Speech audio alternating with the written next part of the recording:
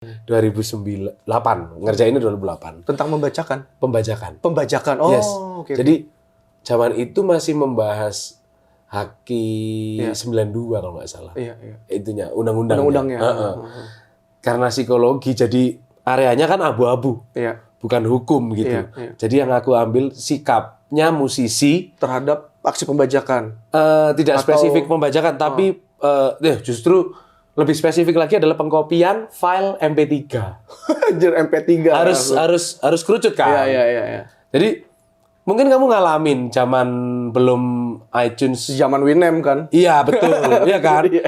Tuh kamu udah punya MP3 itu ya. Iya. Ngopi dong ya kan. Iya. Ngasih flash disk yang cuma 128 mega. Iya, 120 mega. Giga. Iya, belum giga saat itu. Belum giga, masih kecil-kecil gitu Iya, flash disk. Nah, aku tuh berangkat mengerjakan itu tuh karena aku sebulan ngerekam Vox, begitu udah jadi CD, di-rip di rumah, teman-teman tinggal ngopi. Kok enak udah kan? Nah, itu dari situ aku lalu responden angketku adalah musisi-musisi yang udah pernah terpublish. Salah satunya Dewa. Karena punya responden. kenalan. Iya. Karena kenal.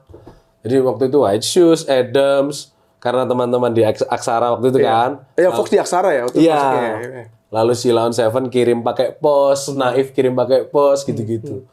Nah itu sikapnya bagaimana sih terhadap pengkopian file gitu. Ya, ternyata ya banyak yang ngopi sebenarnya zaman itu gitu. Iya. Dan akhirnya lu ketemu masuk ke Dewanya gara-gara itu, kemudian Mas Dhani bisa terimpresi sama lu tuh karena apa? Wadaw, impresi pun sampai sekarang mungkin nggak terlalu impress ya. Cuman Gak mungkin lah kalau nggak impress, nggak mungkin lu bertahan sampai sekarang, gila. Iya. Tapi ya enggak lah. Karena beliau tahu aku main gitar dan aku akhirnya menjadi staff di dapur musiknya. Nge-operate Awalnya rekaman aku juga gitu operate. ya? Oh, justru awalnya 2009 tuh operate aku operate di dapurnya, tapi tanpa bekal apapun aku nggak mau.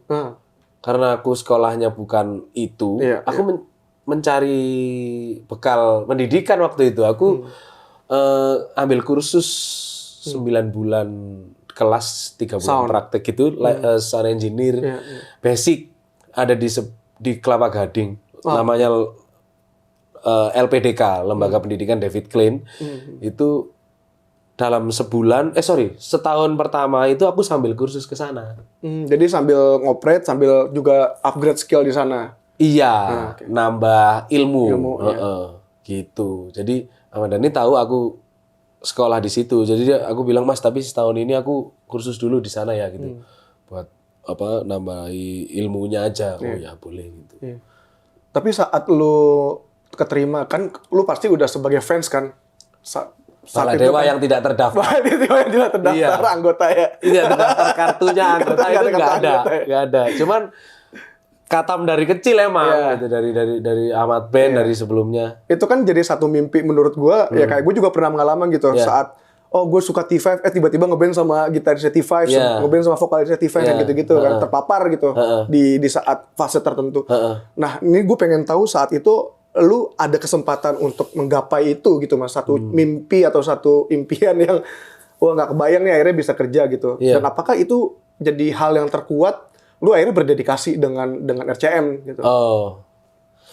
Aku tidak. Karena kan banyak pilihan untuk di industri musik ini, lu banyak pilihan untuk masuk ke production yang lain-lain kan? Waktu itu aku tidak ada pilihan sih. Oh gitu, malah tidak ada pilihan. Iya. Karena ya waktu itu lulusan yang tidak ada bekal kepermusikannya. Iya kan. Itu terus kemudian adanya gerbang ini gitu. Adanya gerbang ini dan aku ngefansnya luar biasa gitu sama Ahmad Dhani gitu kan waktu itu. Kok waktu itu sampai sekarang juga masih sangat ngefans gitu kan. Lalu ada kesempatan yang seperti itu dengan pekerjaan yang aku sanggup mengerjakannya. Ya aku kerjakan, aku jalani hingga akhirnya dari yang tadinya di dapur kemudian di dalam dapur itu aku pun performing sebenarnya kan. Aku rekaman dan sebagainya. Dari mulai album yang Triad itu aku ngisi rhythm dan akustik gitu. Jadi dan di Triad lu udah mulai masuk main juga kan? Nah, mulai itu pertama piano, pura-pura piano, Pura-pura piano. Karena acara TV pagi itu kan. Iya benar. Ya kan, pura-pura piano, kemudian sampai ngarang lagu. Aku kalau ada demo yang kira-kira Ahmad Dhani cocok atau akan suka gitu. Lu propose. Iya, aku memperdengarkan, Mas, aku punya lagu baru. Gitu. Didengerin waktu itu. Yang akhirnya itu adalah lagu pertama ciptaanku sendiri yang dipublish nasional, Triad tuh Ahmad Dhani menyanyikan Aku Milikmu 2. Itu ciptaanku. Kenapa aku kasih 2? Karena temanya Aku Milikmu, tapi Dewa punya Aku Milikmu yang pertama. Maka yang ini aku kasih Aku Milikmu 2 sebagai gimmick. Tapi dia yang nyanyi gitu. Itu hingga akhirnya dipercaya juga, maksudnya diterima gitu untuk menciptakan lagu untuk dia seorang pencipta lagu loh. Iya. Gitu. Yang mana yang namanya pencipta lagu kan pasti punya ego tersendiri. Gue nggak mau nih ada intervensi dari pihak lain untuk kontribusi lagu gitu. Bener. Nah itu gimana lu meyakinkan dia akhirnya kok Dhani mau nih gitu? Aku nggak tahu gimana meyakinkannya. Semesta mendukung aja deh. Tapi aku play, habis itu aku kira akan dilempar ke misalnya untuk Al misalnya. Waktu itu belum. Karena habis untuk itu artis RCM yang lain iya, gitu misalnya. Karena habis itu ada sih laguku juga yang dia nyanyiin. Di bawah Al. Iya. Setelah lagu ini berhasil dia nyanyiin gitu. Tapi ketika mendengar, ya aku yang nyanyi gitu. Loh, oh ya siap gitu. Ya saya teh vokal gitu. Wow, gitu pertama kali ya begitu. Wah, sedap gitu. Akhirnya ya berikut-berikutnya pede, Mas aku nak lagu. Sampai sing nyanyi tak gitu. Langsung todong aja udah. Iya. Anjir. Gitu sih. Ada perasaan apa sih Mas? Gue pengen tahu ketika lu berhasil dengan hal itu, kayak senang yang seperti apa gitu. Kalau lu gambarin, lu kan psikolog nih. Ya. Lu ketika mendeskripsikan perasaan walaupun sulit gitu ya.